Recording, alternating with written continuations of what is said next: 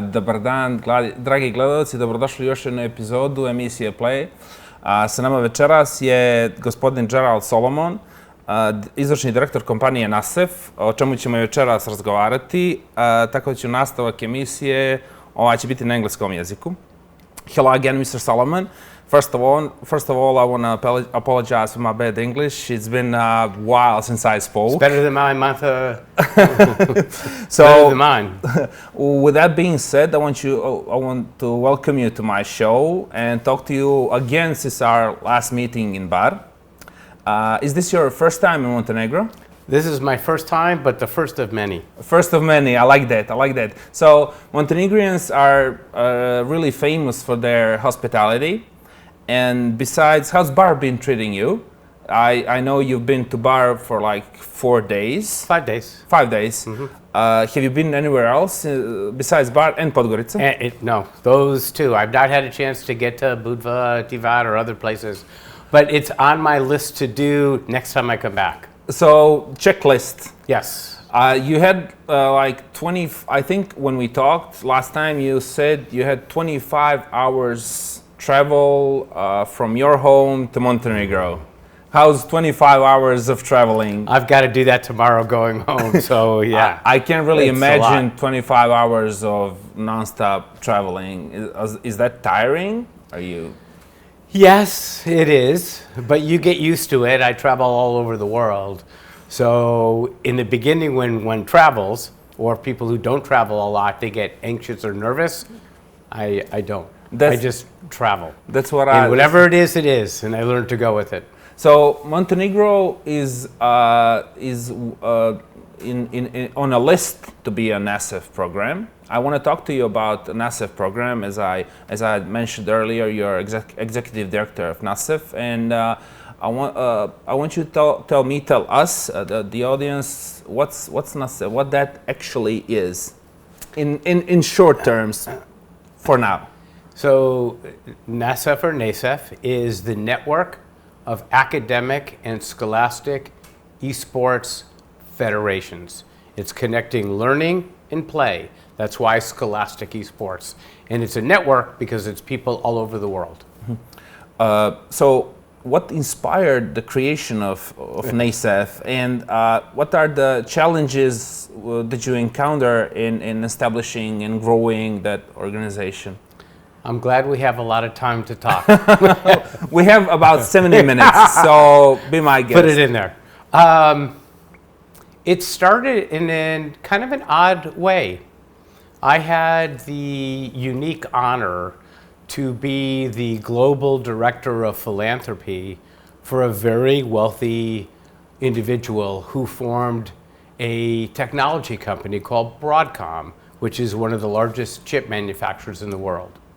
And I ran his global philanthropy. And my work for almost 14 years with him was to invest in STEM education and youth development.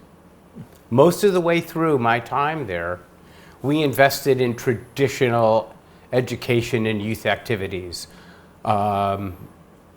Things like schools, universities, building schools of engineering, UCLA, UCI, participating in health and wellness programs for youth and for young adults.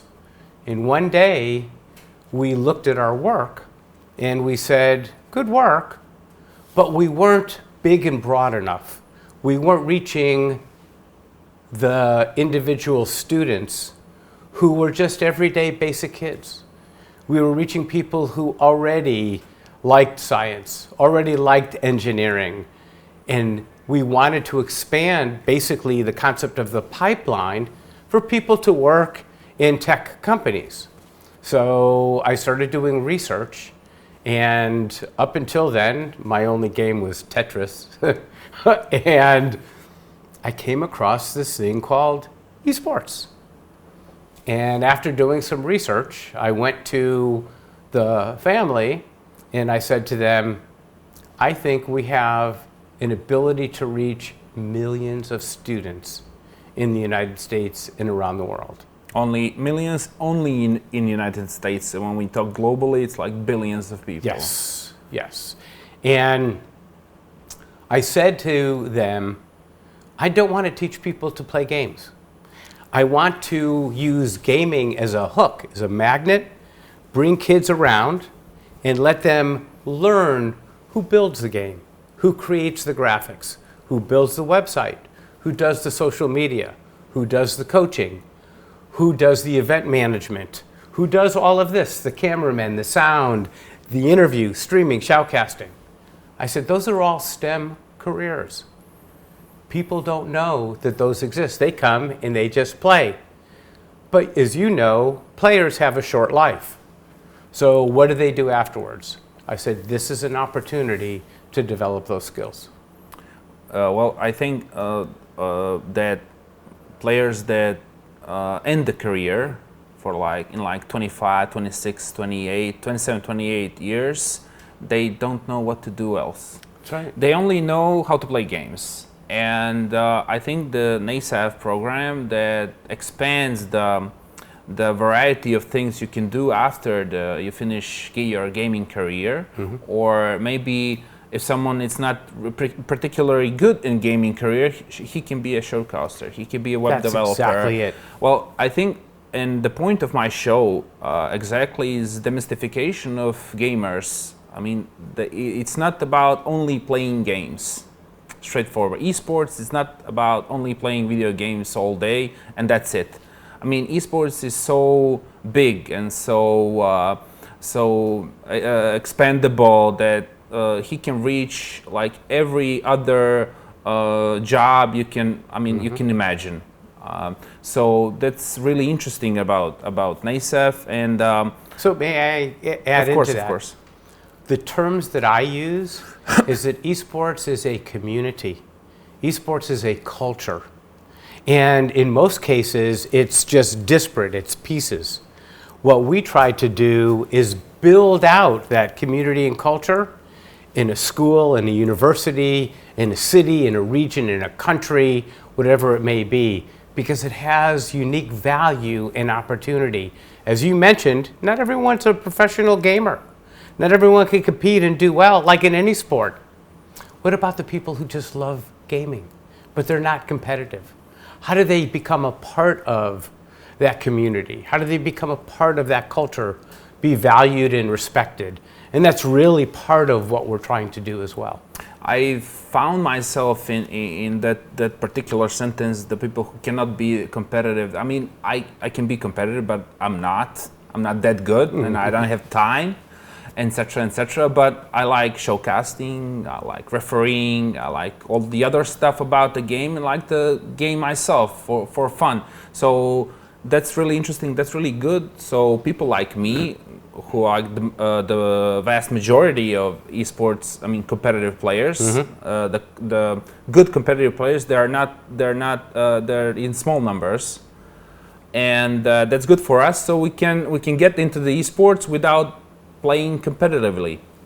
And I want to ask you, how does NASAF like incorporate those academic learning into esports program, and what are some examples of educational benefits for students they can gain from participating in the program? That's a big question. I know. So let me try to break it into pieces for you. Of course. We look at esports, or scholastic esports, which is connecting learning and play, as an ecosystem. And the ecosystem, just like any other sport, is comprised of various components. As I related to earlier, streaming, shoutcasting, event management, who builds the website, who does the data analytics, who does the coaching, et cetera, et cetera, et cetera. All of those components we identified 18 are necessary for an esports tournament or competition to occur. I mean, all the pieces that I've talked about, just like here. You need audio, you need video, you need an interviewer, a shoutcaster, you need the technology, just need all these pieces. Those are also transferable skills. So those are skills that not only work in esports, they work in any sport, but they also work in other fields. If you can put on a competition like we just did in bar, and you have hundreds of people and lots of games and lots of technology, everything else, that's a huge event. There are companies all over the world that want people who are good and skilled in hospitality and event management. Hilton, Marriott, Hyatt, just for hotels alone. And companies like Boeing and Northrop and Intel, when they put on large events, Apple, Microsoft. People have and need those skills for them to do well. Learn it through something you enjoy. So if you're in esports, and you may not be fully competitive, but you like to put on events, then go ahead and gain your skills. And then when you go to apply for a job, it's not you just saying to someone, I could put on events, I could do streaming, I could do shoutcasting. I can show you what I've done. Look at what I did in Montenegro. Look at what I did in Poland. Look at what I did in New York and Los Angeles and Atlanta, etc. So you build a portfolio. You build a digital portfolio, which in today's world is a differentiator between you and me, or me and someone else who's applying for a particular job. Employers want more than just grades. They don't want to teach you and spend their money training you. If you can walk in and say, I know what you're doing here. I've done this work. Let me show you what I've done. They go, wow, here's proof that this person knows what they're doing, not just talking about it. I think those companies that you've talked about, they want experienced people. Yes. And they don't want to, as you said, waste money and time on you, educating you about the thing they want you to do. So NASEF can get you through this and get you the experience you need, and so you can apply for a job that you like. So that concept is really interesting to me. It's like a school inside a school, or a school inside a college. It's making school fun. It's gamifying learning. It's like when you said it's make learning fun. I've heard that like a long time ago when the teachers are making the school fun, but it's not really. So it's not really, it's like not really real to me yet. Right. Making the school fun. I have a 7-year-old daughter, and like every other child, she's not really fond of school. Yet. So I'm really... So you know why? Not right now. Well, so let me try to share with you. School and educational systems haven't changed for decades, 20, 30, 40 years. Yes. We teachers in schools teach like this, off a book. Yes. Students today, kids today, they learn like this, by scrolling on phones and iPads and computers, etc. This doesn't relate to them. This relates to them. There's a disconnect between school and how they teach and how kids enjoy learning and experience. But what do you think about, because the parents and the teachers and the Ministry of Education, they all said that's bad. You know, the kids are always on their phone, tablets, computers. They don't read books. They don't read much, etc. Well, you can read a lot doing this. Yeah, I know that, and of course, I know that. For example, gaming is not bad, but you know, I think Montenegro is still at that point of time that we need to try extra hard to convince people that gaming is not a cult. That's a good point. It's not a cult. You know, if I play for 5 hours a day, it's not that bad as you think it is. I can learn. For example, I said my English is not very good, but all of my English I've learned through gaming, for 90% of it. So that's a point for gamers. And your parents learned English by watching movies and television.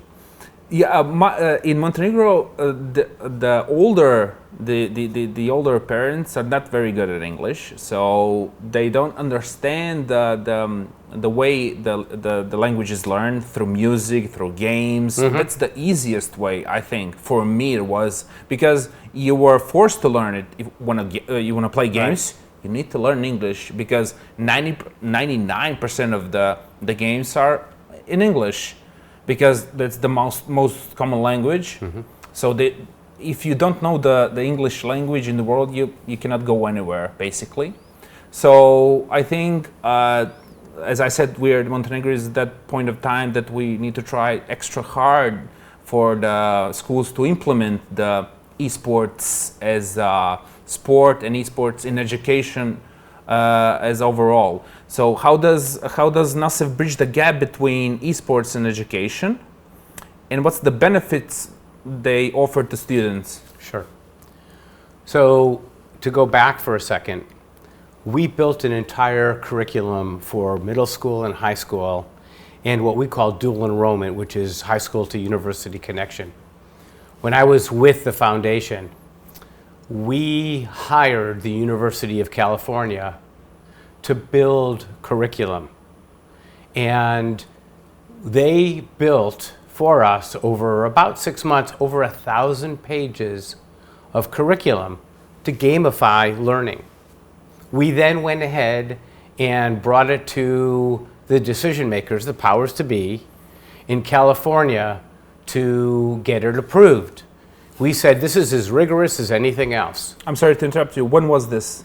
This What was year in was this? 2018. 2018, okay. And they immediately said, no, we don't want to produce gamers.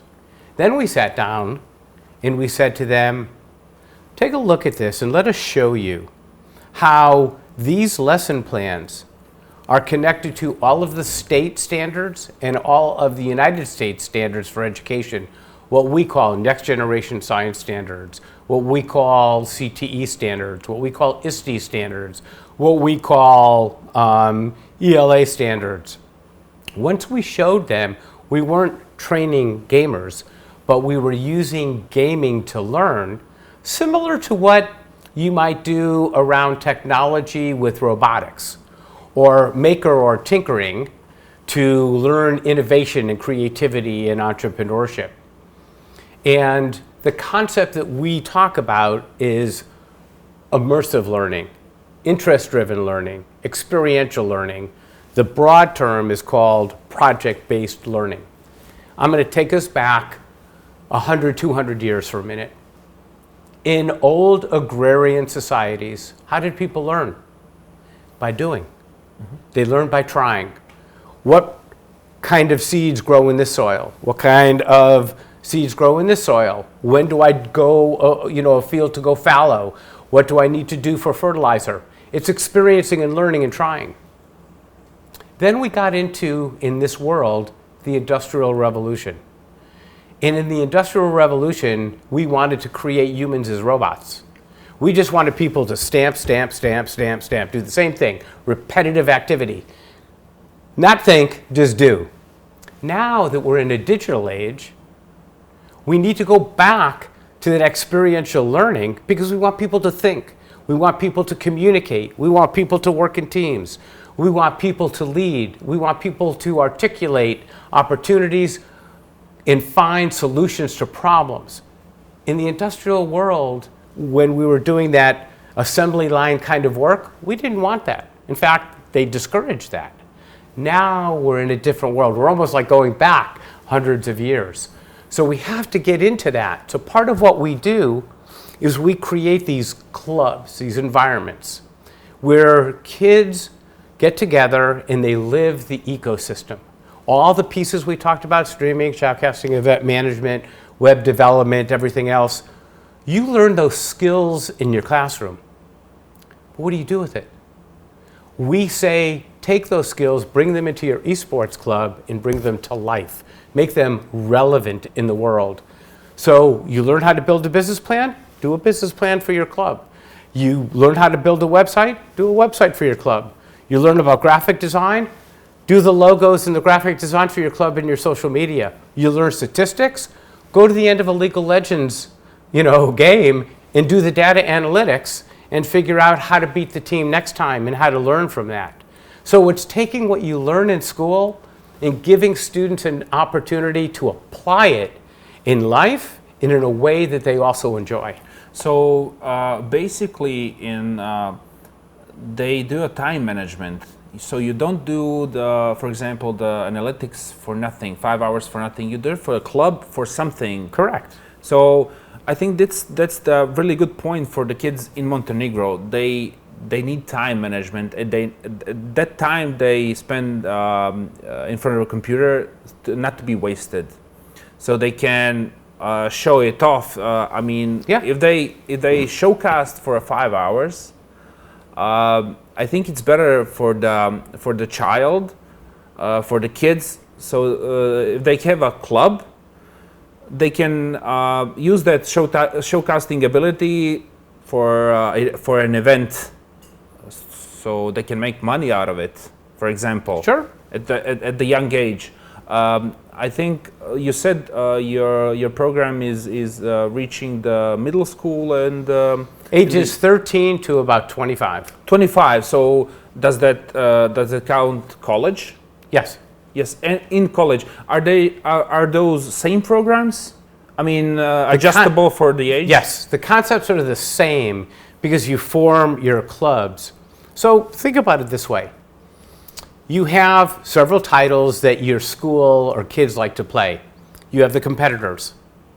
Then you've got all the other people, the ecosystem, the backup, the infrastructure to support all of that. When you go to our clubs and our tournaments, you don't just see 5 people playing 5 people on stage, like MLBB or, Rocket League, 3 whatever you're going to do. You also have scattered around the room the students showcasing what we call the artifacts of what they've learned.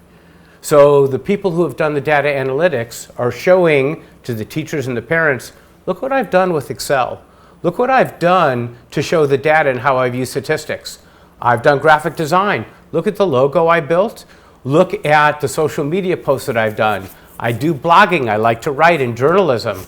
Look at the blogs I've written and where they've been published. So when a teacher comes in or a parent comes in, it's not just the gameplay they see, but they see the learning. And that really becomes critical for educators and for parents to understand that it's more than just game.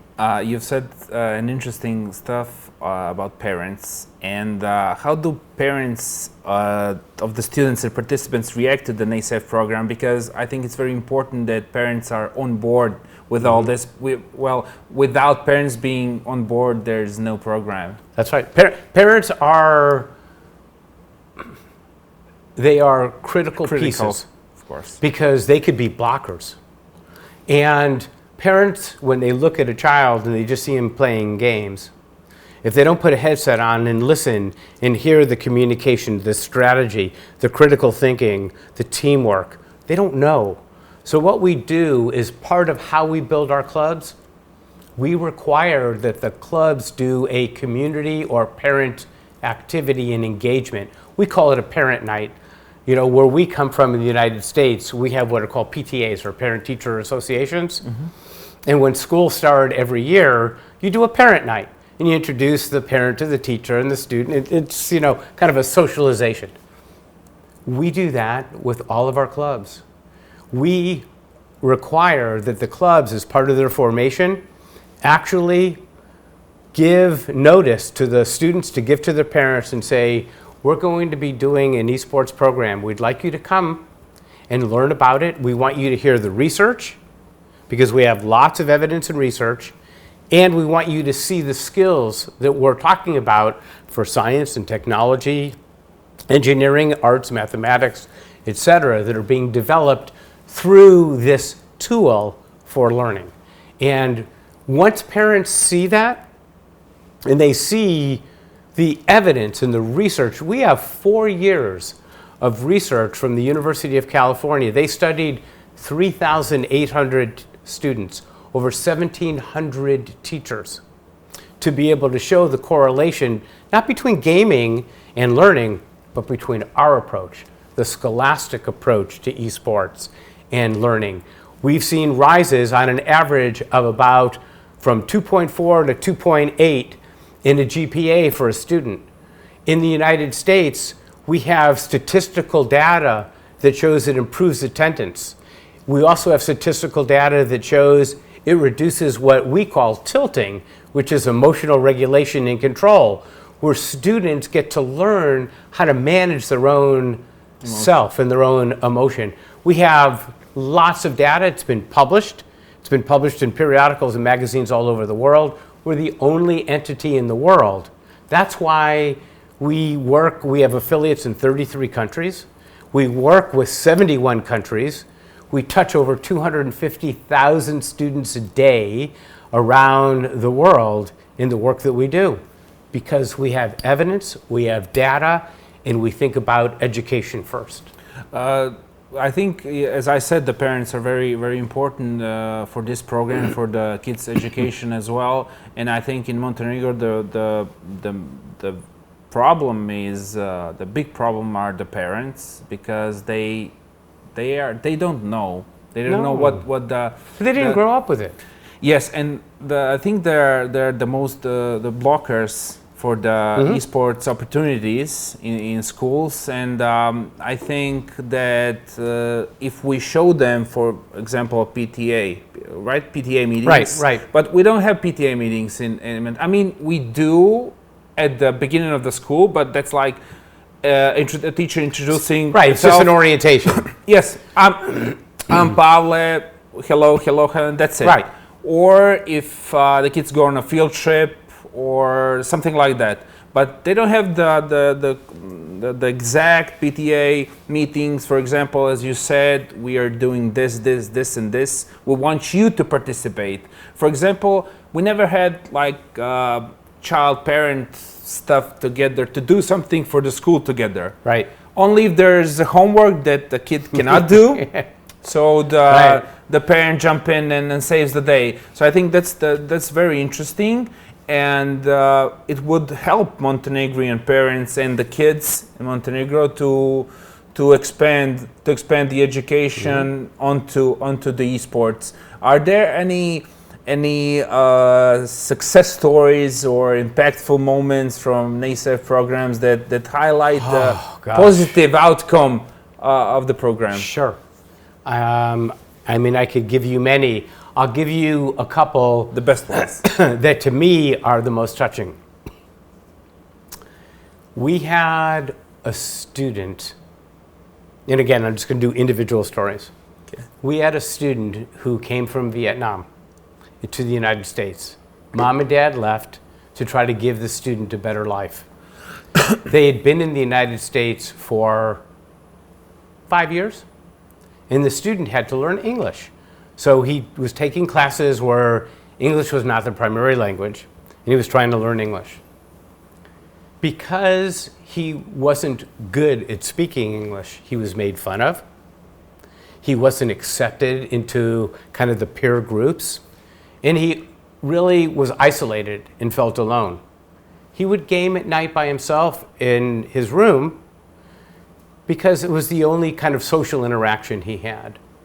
We set up a club in the school. He was a good gamer. When the kids in the club found out that he was a good gamer, he immediately rose up in their eyes. He became part of the community. He was respected and valued. Not only that, 2 years into the club, he became president of the club. This is a club that had over 120 kids in the club. We did a big event. He went on stage and spoke in front of hundreds of people in English. His mother and father came up to us afterwards. Literally, the mother had tears in her eyes. And she goes, "I cannot tell you what this has done for my child.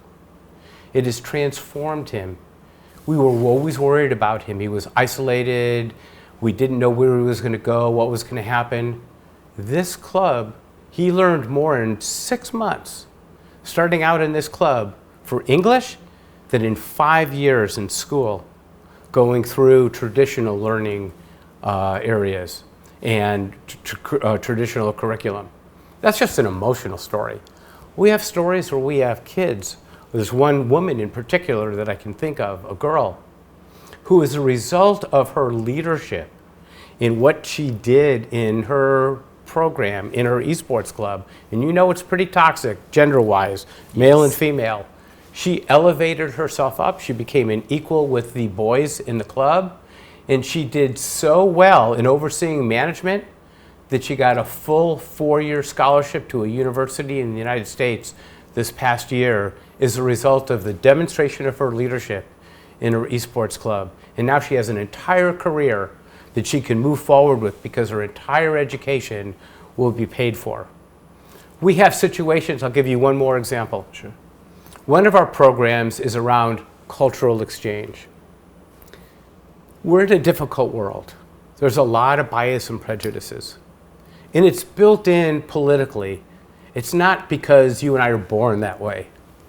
We did a project called MENAcraft, where we took countries in MENA, the Middle East, North Africa region, and Israel, and we said, let's go ahead and see how we can use esports and gaming as a way to reduce friction, reduce bias, and build mutual respect.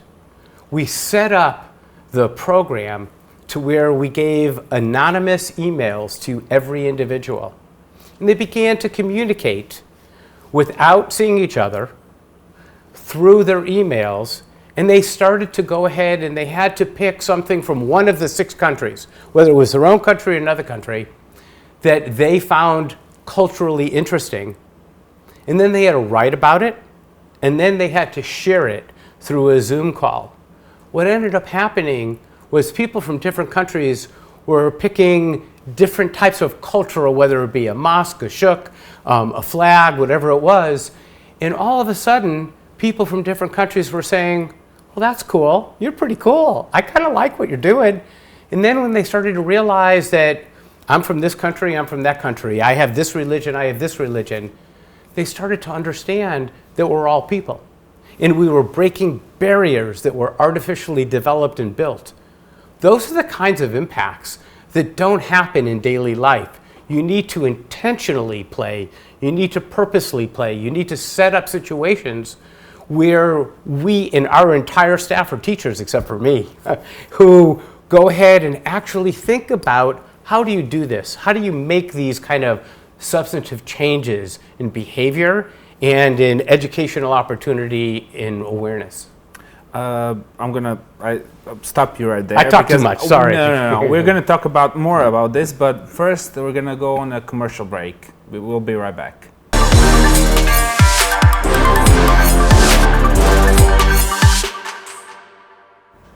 Hello again. We're back in the studio.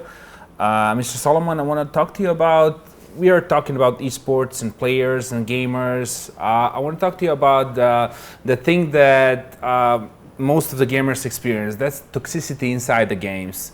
You've before the commercials, you've talked about the equity, the equality, and there's no race, color. There's no nothing in esports. We are all the same. We are all gamers, and if we are good, we're gonna play it together. If we're not, and that's it.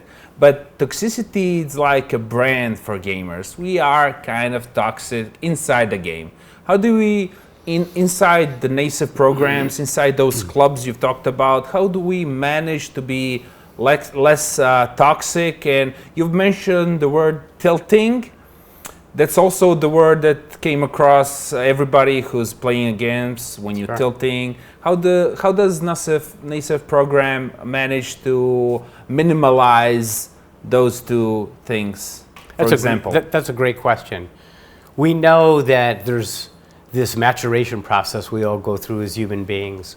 And we're dealing during a period of time where students are just developing.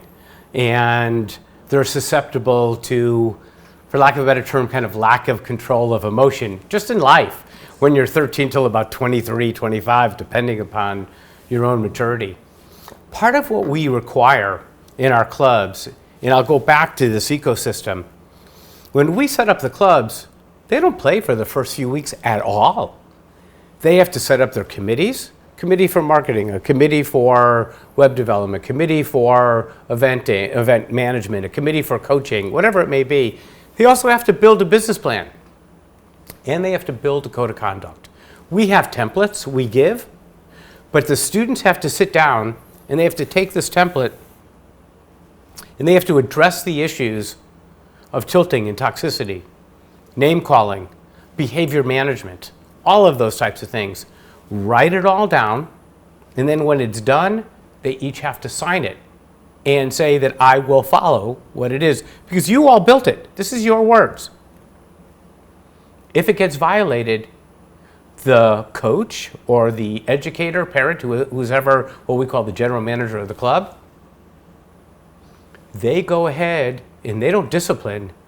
They go to the club and say, you're complaining about this, you're complaining about this behavior, this behavior. Let's review again our code of conduct. And let's talk through what that is. I'll give you a great example. This happened early on in our work. We had an individual who was the best player on the team. As a result, they made him the president. Not necessarily always the best move. He became the president, and right away, flexing his muscles, taking control. You do this, you do that, blah, blah, blah.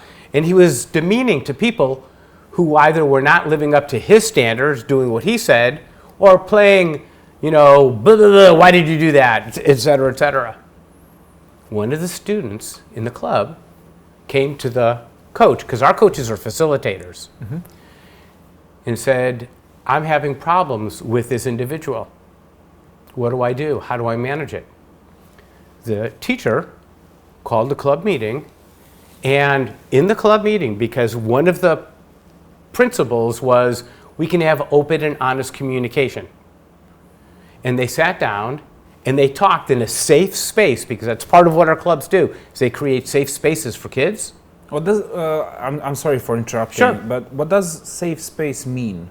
Where you can go ahead and not feel threatened to speak openly and honestly. You're not derogatory, you're not pointing fingers. There are old, there are things, speak in the I, not the we, don't go you, point fingers, those kind of things. Okay. And they addressed the issue. And the president didn't care. He didn't listen. The students went ahead and they voted him out as president. The student who was the president was hurt. A few days later, he went back to the coach, the facilitator, and said, I'm sorry, what can I do? The facilitator, because he's gone through our training, said, what do you think you can do? What would you do? What do you think you could do to repair the harm you caused? He goes, and this is a 16-year-old kid. He goes, I'd like to go ahead and speak to the team, to the club. He spoke to the club, he called a meeting with the teacher present and said, I want to apologize. I want to come back. I really enjoy, you're my friends. I lost control, and I'm sorry for that. What can I do to be part of this again? And the team said, thank you for coming and apologizing. You can come back in the club, but you cannot be president. You are just one of us. And he came back and he found his new self, and he was able to rebuild those relationships. He wasn't president anymore, but he was still part of the team now and part of the club. So those are the kinds of things. We empower kids. We give kids the opportunity to make mistakes, fail, F-A-I-L, first attempt in learning. You've got to give kids an opportunity to fail and to learn from their mistakes in a safe space. That's something that our clubs do very well. And I think gamers in general know how to fail and go again and go again and go again. So that thing we got covered up, I think, how to fail. But can you talk to me about the coaches? Who can be a coach? Who can be?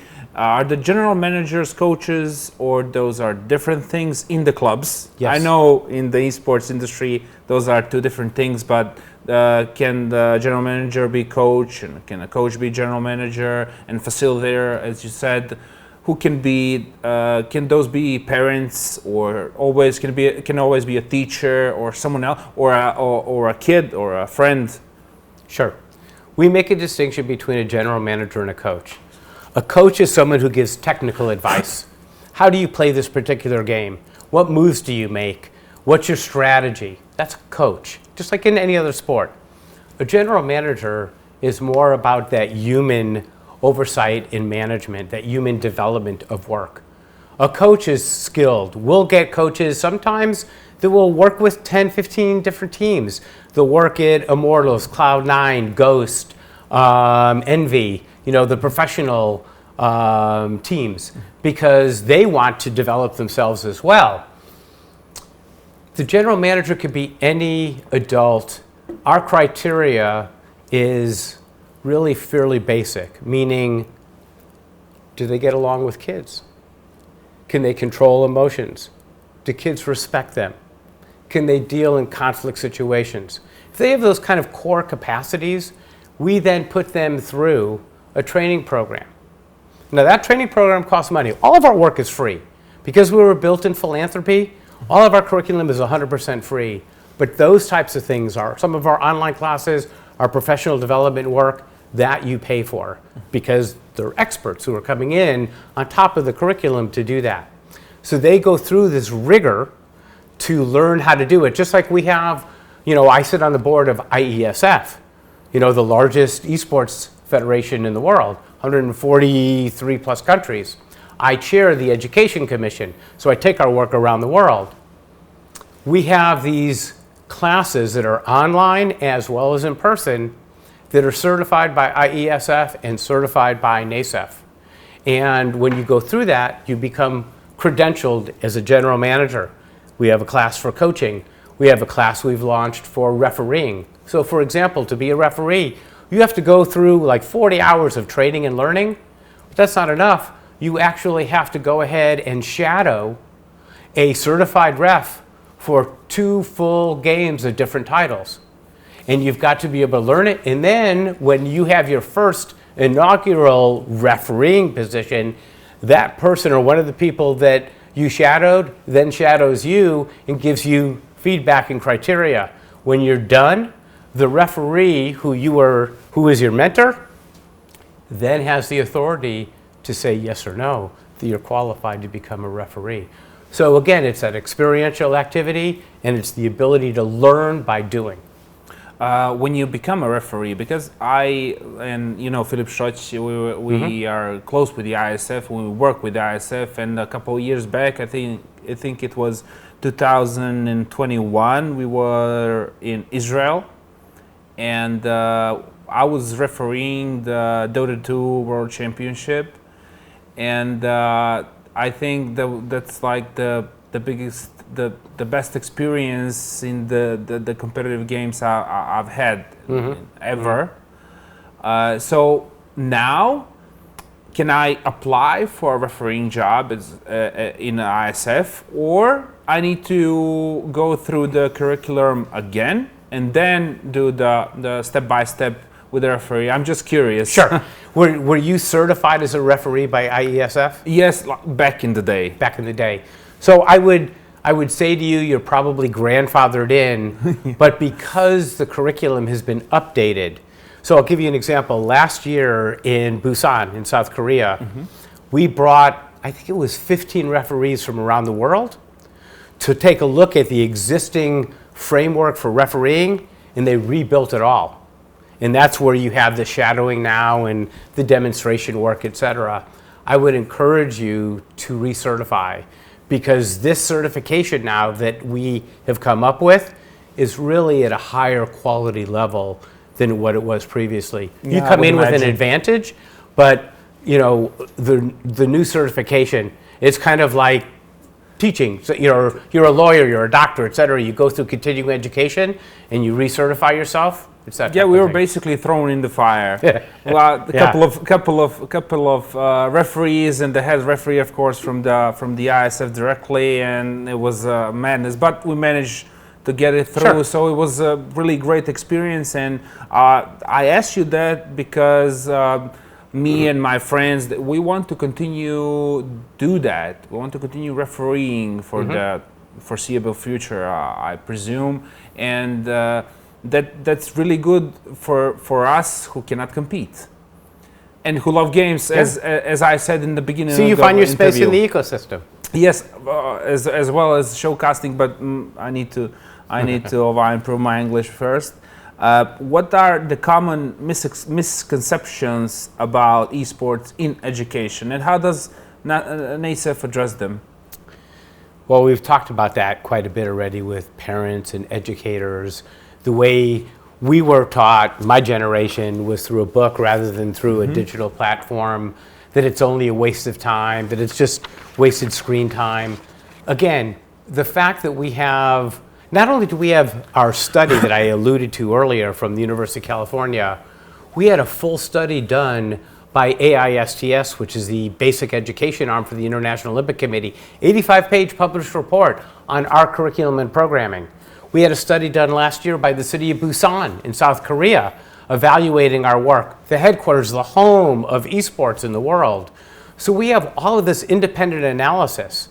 That makes such a difference when you talk to educators. I had the unique pleasure today of sitting down at the Ministers of Education office and the acting director. And just like everyone, they come up with preconceived ideas into the conversation and say, you're just talking about game playing. When I show data and I show statistics and I talk about how we're an education program, not a gaming program, that all of a sudden their perspective changes. I tend to kid sometimes when I talk to educators and I say, I'm doing esports today as a tool to teach kids, but maybe tomorrow I'll do horseback riding. Or I'll find some other thing, because the concept is the same. I could do this in baseball, I could do it in basketball, I could do it in football, I could do it in esports. Why esports?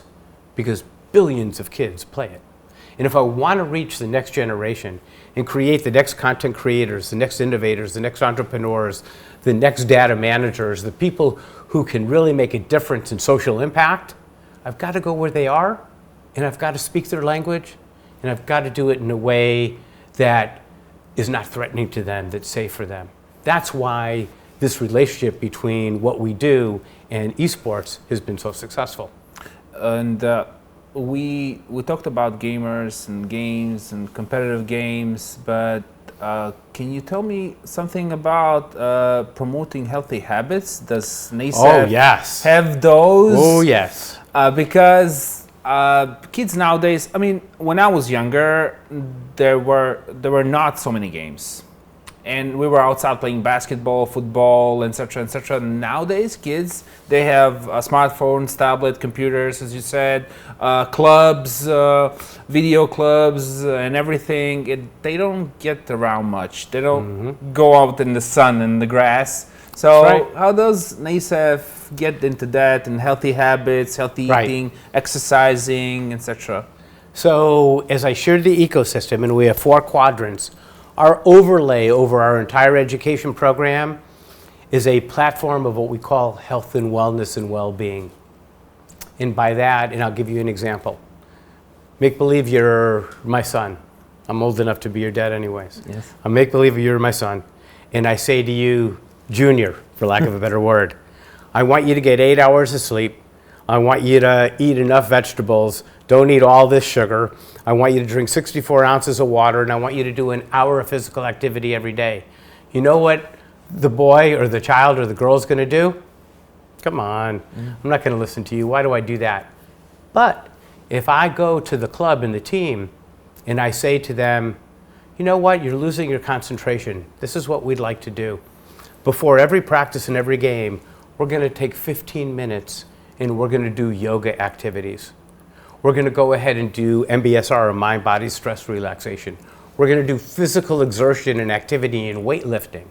We're going to go ahead and we're going to get outdoors because of the oxygenation that comes into your body that'll help you breathe better and manage your control and your blood pressure, so that when it comes time to communicate and make decisions, you will play better.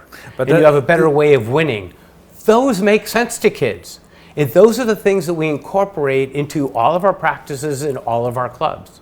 But is that mandatory, or is it like let's try it, see if if it works out, or you have to do this. This is good, because I know for example, the coach or the general manager know it's good, right? Because it is, right. But the 14, 15-year-old kid doesn't know. And for example, you have 5 kids, 6 kids in the club that plays that particular game, and they said, nah, I don't want to do that. I want to play for another 5 hours. So you make that mandatory, or you just like make them in another way? I'm just thinking about. So we're not police. Of course. We can't. We say these are the preferred ways, but a child who's involved in competition, the one thing that they want to do is they want to win. And if you can explain to them that they will perform better and likely win more if they do these things, they're likely to go ahead and do it. You can't take a child and beat them over the head and say, do this, no matter what you do. But if you show them that you can do better because of these things, they will do some of that. They may not do it all, but they will incorporate some of those healthy habits into what they do. And that's the important thing. You know, you can't say cut out all sugar. You know, there are certain things you can't do, even for diabetics. They go off the charts and, of course, will do things. But they'll understand, and they'll have greater regulation, and they'll do better, and they'll be healthier as a result of it. And in addition, the one thing we do as well, besides the physical parts of health, is we do a lot on the mental aspects. We create a framework within the club where children, kids, students, adults can feel safe to explore who they are. Part of what we do is we do these opportunities in clubs. Not everyone does it, but we encourage them to do it. As you do things and you get to know each other in a safe space in the club, you get to explore career opportunities. You get to explore feelings. You get to explore relationships. And according to the code of conduct and the way you do, when you deal with conflict and you deal with different things, you're starting to be able to emotionally regulate and emotionally manage who you are and how you interact and how you communicate. They're not rules that you do. It's by creating the framework and the opportunity that allow the individual players and the members of the club to actually do. That's why we call it experiential learning, immersive learning, project-based learning, because you learn by doing and experiencing. You don't learn on a piece of paper. The reason I said what I said about the mandatory things and the stuff like that, because the Montenegrians are stubborn, really stubborn, and the things I would do as a general manager or a coach, you can put the physical activity or yoga or whatever in the code of conduct. For example, if you game 5 days a week, you need to have 1 day of physical activity, or or 1 hour a day of physical activity if you want to join a club.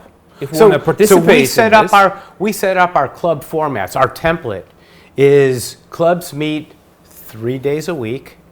This is just an average. 3 days a week after school for about an hour to 90 minutes.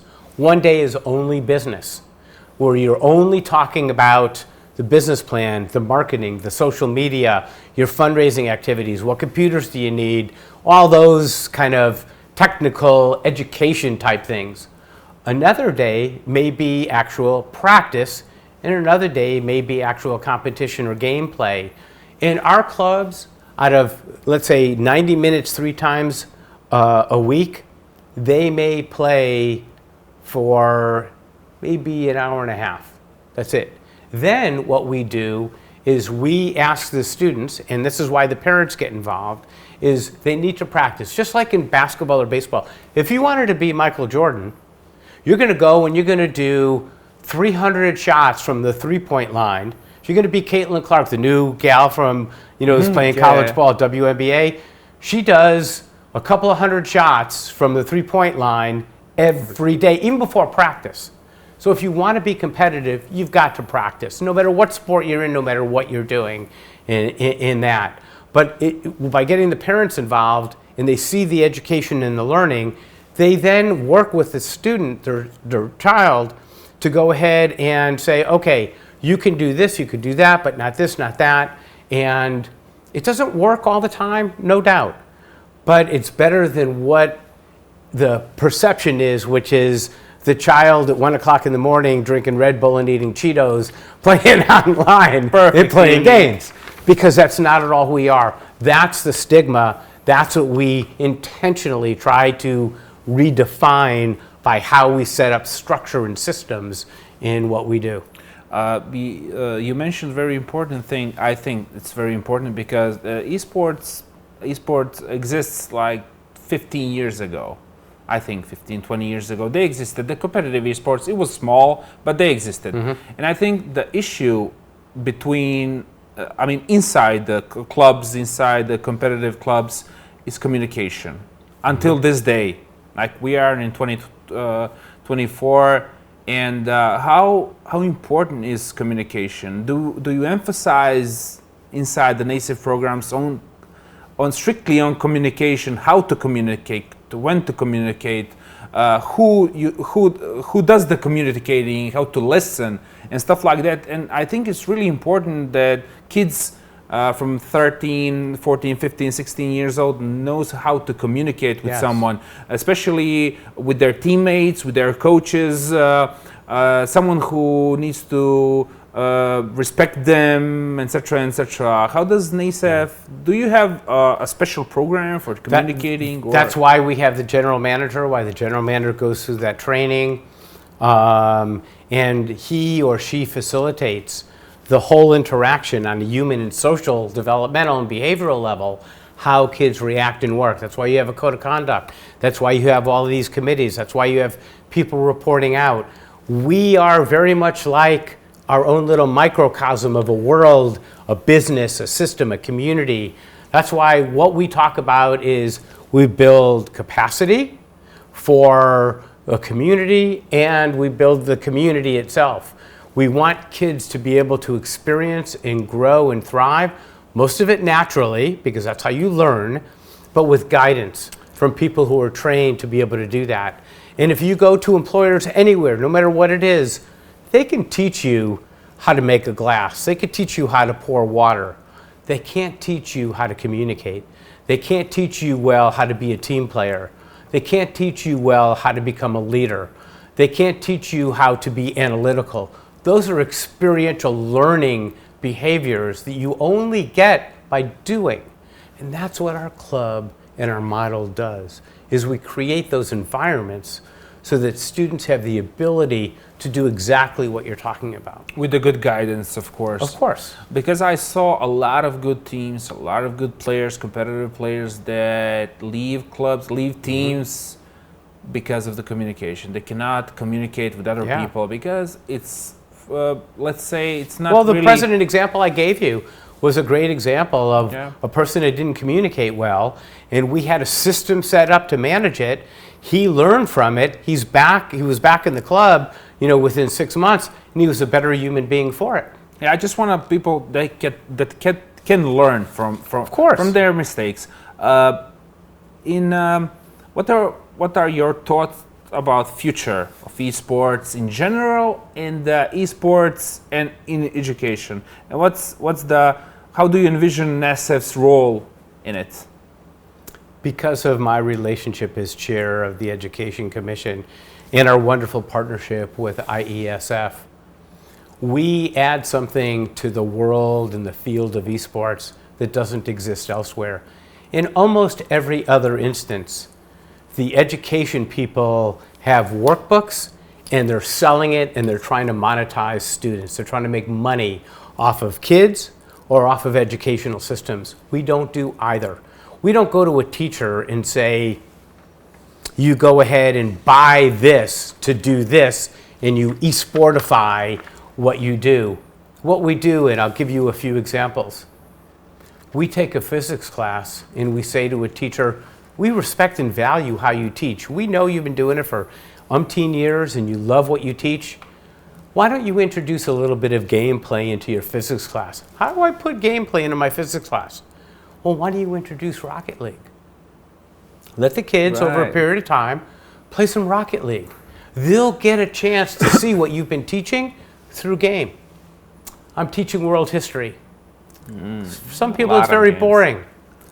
Well, let's go ahead in Unreal Engine or Unity or Minecraft, and we're studying the rise and fall of the Roman Empire. Let's build out Rome through these technology engines. Let the kids touch it, feel it, experience it, and see it. Our work is not, we sell you something, buy this, and do this, and we're teaching you esports. What we're doing is we're recreating the field of learning and opportunity. We respect teachers, who they are, what they do. We're giving them tools to make their teaching more relatable to individuals, to where it's more enjoyable, more fun. It's kind of like if you build a website in a web class, most of the time you just build a static website and then you throw it away. I've done my lesson, I've taught my kids how to do this, and that's it. But what if you build your website for your esports club and it comes to life? And now you want to go ahead and create merchandise and you want to generate revenue for your club because you want new peripherals or you want better equipment. So now what you've learned in your classroom is now being applied into something that's meaningful to the child. We have hundreds and hundreds, if not thousands, of examples of how we do that and how relevant that is. So the world is about experience nowadays. Think about AI, VR, all of those types of things. They're displacing a lot of different kind of human standard behaviors. We need to have people who can not only operate them, but understand how to use them for social impact, how to go ahead and make the next generation of what they may be, or things that we don't even think of at this time. It's creating innovators and entrepreneurs. And that's why our relationship, for example, one of our great relationships is with the U.S. State Department and embassies. We have the pleasure of meeting with and talking with the U.S. Embassy folks here in Montenegro. They have certain values. They want to help students in their community. When here in Montenegro in particular, they want to go ahead and have kids learn democratic values. They want to have kids learn English. They want to have kids through Education USA be able to go to university if they want. They want individuals to critically think. They want to improve the economy and society of where they are. Those are the kinds of things that we naturally do in all of our work. I think a lot of lessons I've learned through games is, for example, history, geography, language. I've learned all through games. There are so many games that can be, they can teach you the stuff you can learn in a classroom, but in a, as you said, the fun way. Are there any new initiatives or project that NASEF is planning to do in for example, next couple of years? You know, besides expanding NASEF, on how many countries you said? So we actually have clubs in 71 countries, but we have 33 affiliates, meaning we sign a formal agreement like we do with the Alliance for Electronic Gaming and Esports here with Mia and Philip and them, that formalizes the relationship. So we have 33 formal relationships, the relationship with IESF, but we're in many, many countries. So what we try to do is, and I'll give you some examples, besides traditional gameplay, we have a very successful project with the State Department around what's called FarmCraft. You may have heard of it, where we teach kids, we built our own world in Minecraft, and we teach kids around agriculture, biotechnology, biochemistry, how to farm, how to seed, how to harvest, how to deal with pest infestation, how to deal with fertilizer. And then when you grow it, you have to then take it to market. So you have to learn about shipment costs, volume. Like a business school implemented in agricultural school. That's right. And you're addressing issues of food subsistence, poverty issues, all of those types of things. So we did that with FarmCraft. We just did it this past year with a project on business with a partner called Venture Valley, where kids go and actually set up businesses. And they have to open a business, they have to build their budgets, they have to go ahead and figure out what products or services they want to sell, they have to develop spreadsheets, but it's all for competition in game because there are points for it and then there are prizes for what that looks like. We did it with the U.S. Army in the United States. They wanted to teach kids about solar energy. So what we did was we went ahead and we used Minecraft to build a racetrack.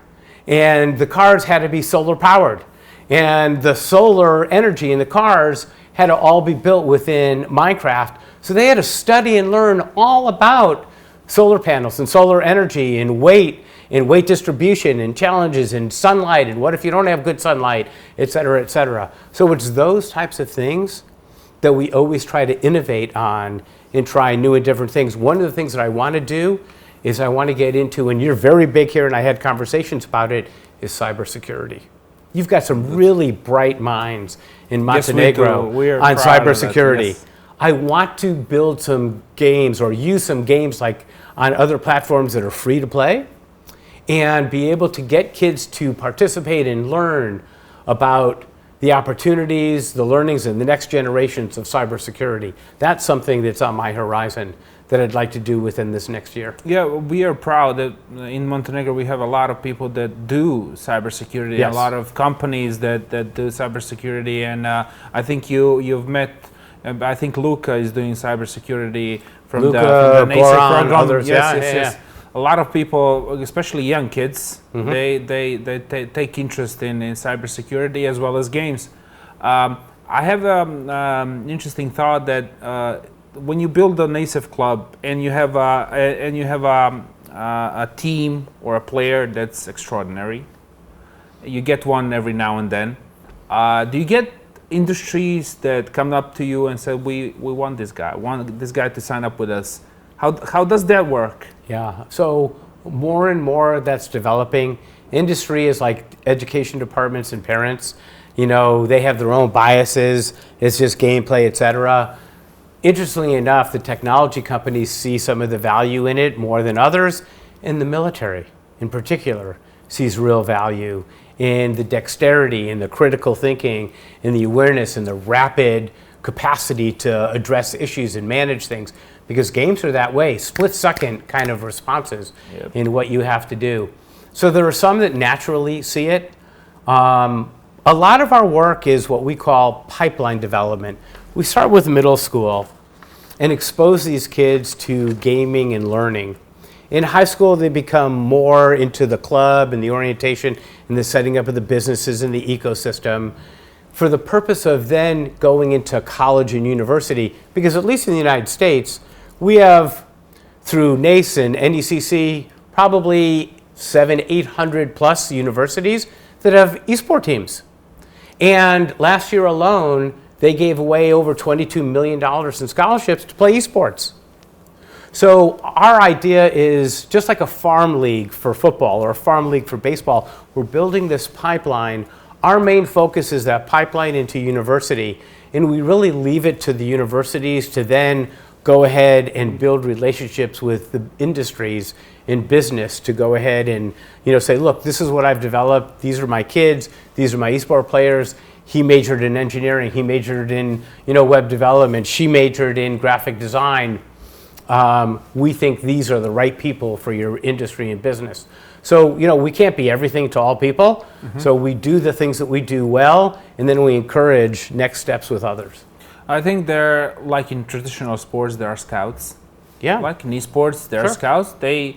Because it's a lot of people, a lot of games are online, so they can see, they can do the data mining, and they can see who they want. So the interesting thing is they can scout a 14-year-old kid for a competitive game.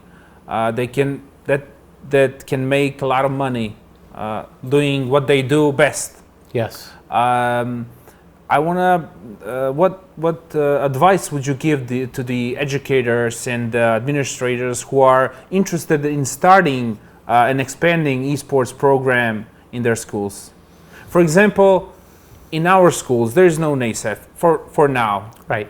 And that's why I'm here. That's why you're here. But let's imagine there are not NASEF programs now. What can a teacher or administrator at school can do to start an esports program without being in the NASEF program that can empower kids to to do what you do? So that's a difficult question in some ways, because we have built over 6,000 clubs and schools all over the world.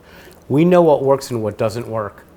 And we don't want you to do it the wrong way. So we're very particular about how to do it. If you don't want to follow our way in how we do it, we won't work with you. We know what works because we failed many times. Yes. And we have all this research that shows what works. So what we do, and what I did here, I met with the head of the tourism department in Bar. Mm-hmm. I met with the ministers of education. I met with 2 university deans and leaders from public university and private university. I met with several teachers while I was here, and we did training of 23 individuals for 2 days while we were here as well. And before that, we had them take our online classes. So what we're doing is we're building the culture, we're building the community, and we're building the knowledge and the skill set. So that as you take all these pieces, it's like a puzzle, like a mosaic. Each piece has value in order to make the picture, but you've got to treat each of those independently so that when you put it together, they all fit in the right places. So what we're doing is exactly what you're asking for. We're going through that process. It doesn't happen overnight. It takes time to be able to develop. We start with a pilot. We might find 2, 3 schools to where we do that. We have to show a demonstration project because there are a lot of naysayers. And we've got to be able to show them, see what we can do, see how the kids like it, see what they're learning, see the positive impact it's having on them, and then it literally rolls out. It's kind of like you are in a group of friends and you do something and someone says to you, that's pretty cool, can I try it? Sure. And the next person says, hey, that's cool, I like it, can I try it? 3 or 4 people are now doing it, and now you got a whole room of people that says, I like that, man, how can I try that? So it's that kind of snowball effect, that cross-cultural and peer-to-peer learning that evolves and grows naturally. We're very organic in the work that we do. Because in our schools, for example, robotics, it's not in the curriculum. They're extracurricular activity. Correct. And I can't imagine yet esports being in that same category as robotics. It's more so all over the world. All over the world, it's more so. I mean, for a lot of reasons. Don't get me wrong, I want it to be more than anything, because I think it would help. Montenegro, like many places, is just not there yet. They have to see the evidence, they have to see the value. And the other thing that makes us unique is our work is free to these schools, to the teachers, to the professional development. And robotics is very expensive. It doesn't interest all the kids, or the majority of kids. It only interests a small group, and it's expensive for them to be able to do. And when they're done, what do they do with it? There's nothing around that ecosystem that helps them evolve and develop into something that they can look back to the time when they were in the esports club and say, this is what this taught me to be able to do this. We have teachers who are very interested in wanting to do this.